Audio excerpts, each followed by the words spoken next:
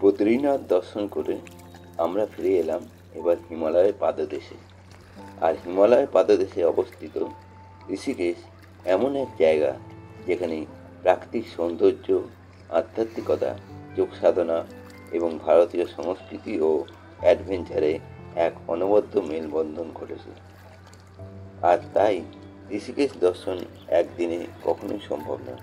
তাই ঋষিকেশ পর্বকে আমি দুটি ভাগে ভাগ করেছি।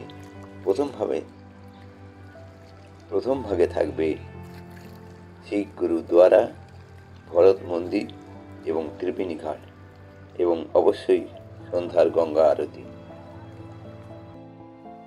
ভোর 5টায় বদ্রীনাথ থেকে রওনা হয়ে প্রায় 290 কিলোমিটার পথ পাড়ি দিয়ে বাস আমাদের ঋষিকেশের নটরাজ মোড়ে নামিয়ে দিল সন্ধ্যা 7টায়। সেখান থেকে অটো করে 2 কিলোমিটার দূরে মণিস্থাপা গেটের কাছে কালীকুমরি ধর্মশালায় পৌঁছলাম। ভাড়া পড়ল 100 টাকা। হরিদ্বার বদ্রীনাথ সড়কপথের ওপরেই পড়ে এই ধর্মশালা। পাশেই রয়েছে ত্রিবেণী ঘাটের গেট।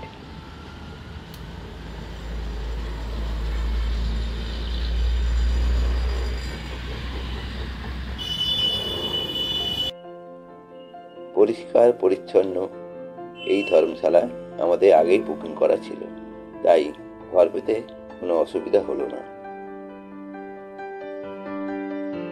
3তলা ধর্মশালাটিতে অনেকগুলি ঘর আছে। নন এসি, এসি সব রকম ঘরই আছে পানীয় জলের সুব্যবস্থাও। তবে এখানে কোনো খাওয়ার ব্যবস্থা নেই।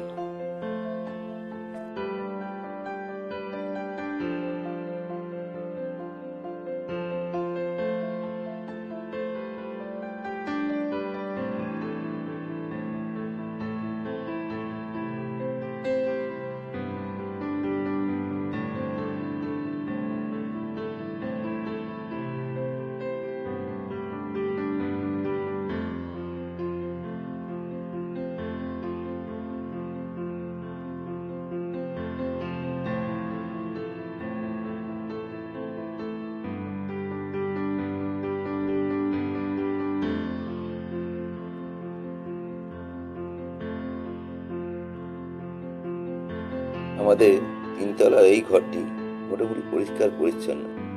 আর পূর্ব দিকে জানলা খুললেই দূরে ত্রিবেণী ঘাটের অপর দিকে পাহাড় দেখা যায়। রাতে সামনে একটা রেস্টুরেন্ট থেকে খাওয়া দাওয়া করে আমরা আবার ধর্মশালায় ফিরে এলাম। আমাদের ধর্মশালার পাশের রাস্তা ঘাট রোড ধরে কিছুটা এগিয়ে ডান দিকে বাঁক নিয়েই পড়বে ত্রিবেণী ঘাট।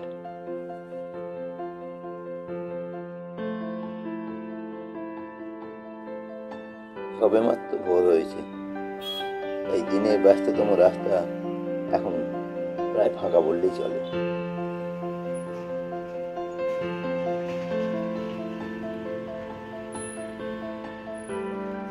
সামনেই কার্গিল শহীদ মণিস্থাপা গেট, আর তার উল্টো দিকেই ত্রিবেণী ঘাট যাওয়ার গেট।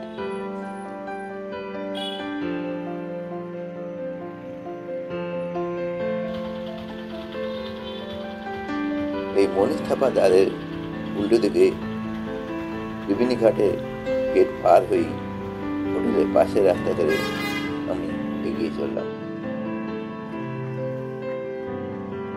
লক্ষণীয় একটাই যে এখানকার বেশিরভাগ দোকানের সাইনবোর্ডগুলি সব লাল রঙের। এই রাস্তা ধরে সোজা এগিয়েছে ডান দিকে বাঁক নিয়ে পড়বে ত্রিবেণী ঘাট। সকালবেলায় বেশিরভাগ দোকানপাটই এখন বন্ধ।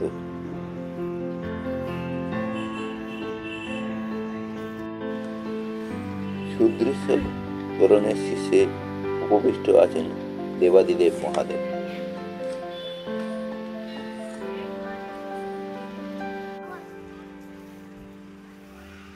তোরণ পেরিয়েই পাশেই রয়েছে পাবলিক টয়লেট।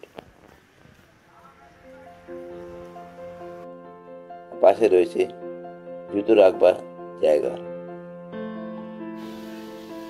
ঘাট চত্বরে এখানেই হয় সন্ধেবেলায় গঙ্গা আরতি।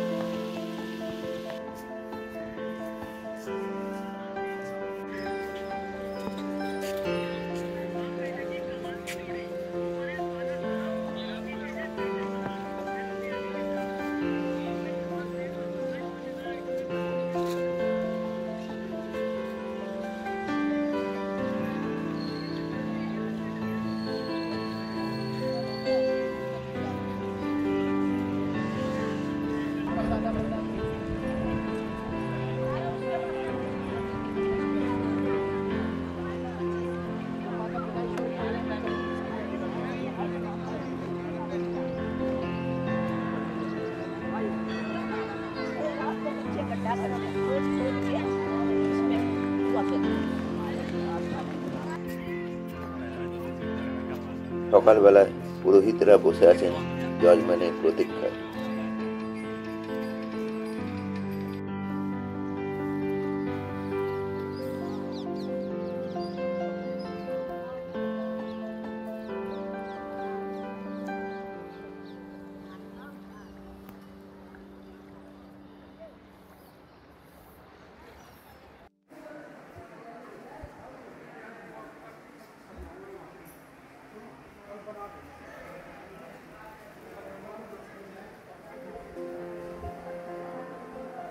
এখানেই সন্ধেবেলা হয় গঙ্গা আরতি।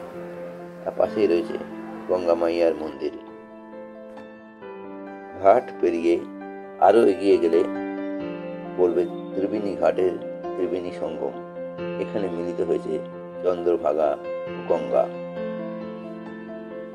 এই রাস্তা ধরে সোজা এগিয়ে গেলেই ওই সঙ্গমের কাছে পৌঁছানো যাবে।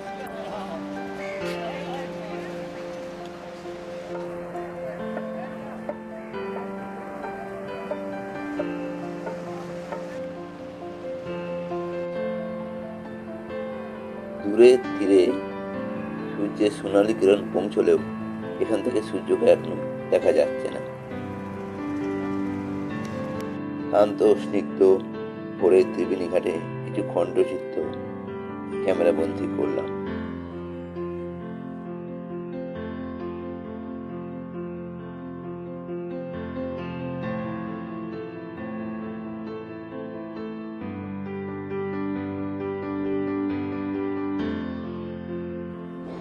অবশেষে দেব দিবাকরের আলোয় ঝলমলিয়ে উঠল ত্রিবেণী ঘাট। আর আমিও ফিরে এলাম আমাদের ধর্মশালা।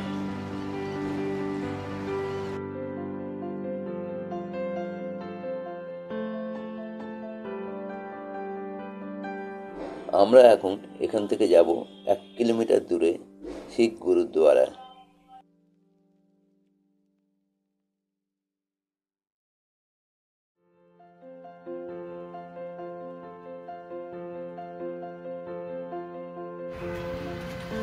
হরিদ্বার বদ্রীনাথ প্রধান সড়কের ওপরেই এই গুরুদ্বারা।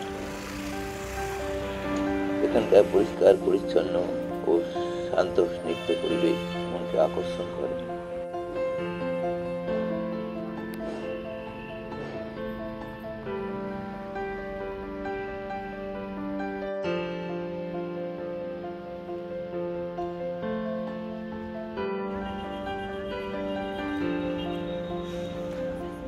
এখানে তীর্থযাত্রীদের থাকবার জন্য রয়েছে এসি, নন এসি রুম।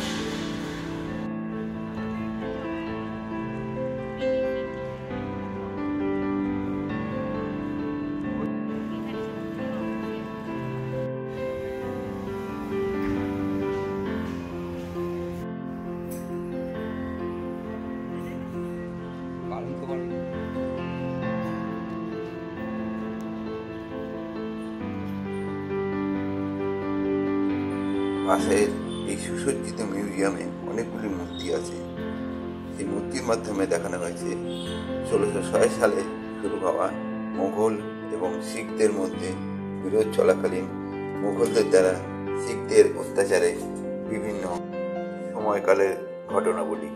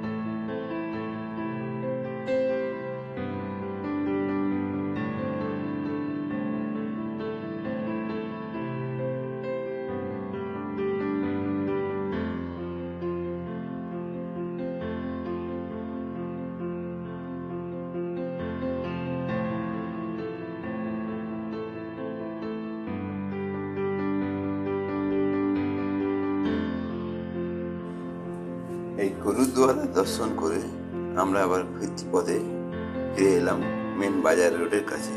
সেখান থেকে বাঁহাতে বাঁক নিয়ে কিছুটা এগিয়ে পড়ল ভরত মন্দির।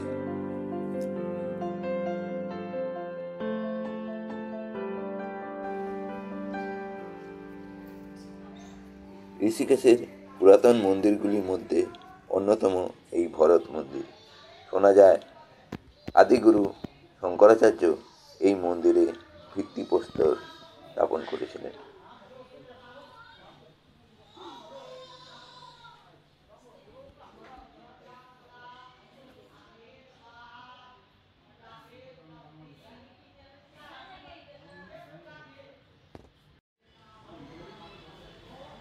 এই মন্দিরের থামগুলির মধ্যে শ্বেত পাথরের অপরূপ শিল্পকর্ম মনকে মুগ্ধ করবেই। আর এই পাশেই রয়েছে একটি শিবলিঙ্গ। তবে ভরত মন্দিরে প্রধান উপাস্য দেবতা হলেন শ্রীবিষ্ণু। একটি শালগ্রাম শিলায় খোদাই করা এই বিষ্ণু মূর্তি এই মন্দিরের ভেতরে রয়েছে। ভরত মন্দির দেখেই চলে এলাম ত্রিবেণী ঘাটে সন্ধ্যা আরতি দেখার জন্য।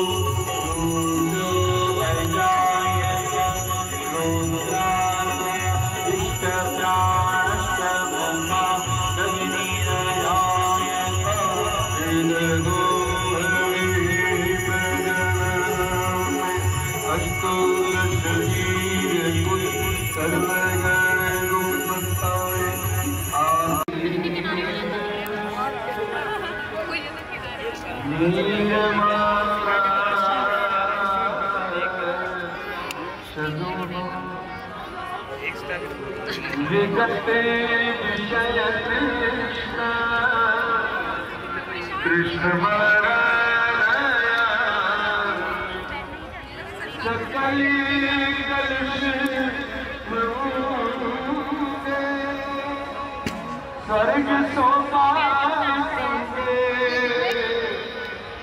तरले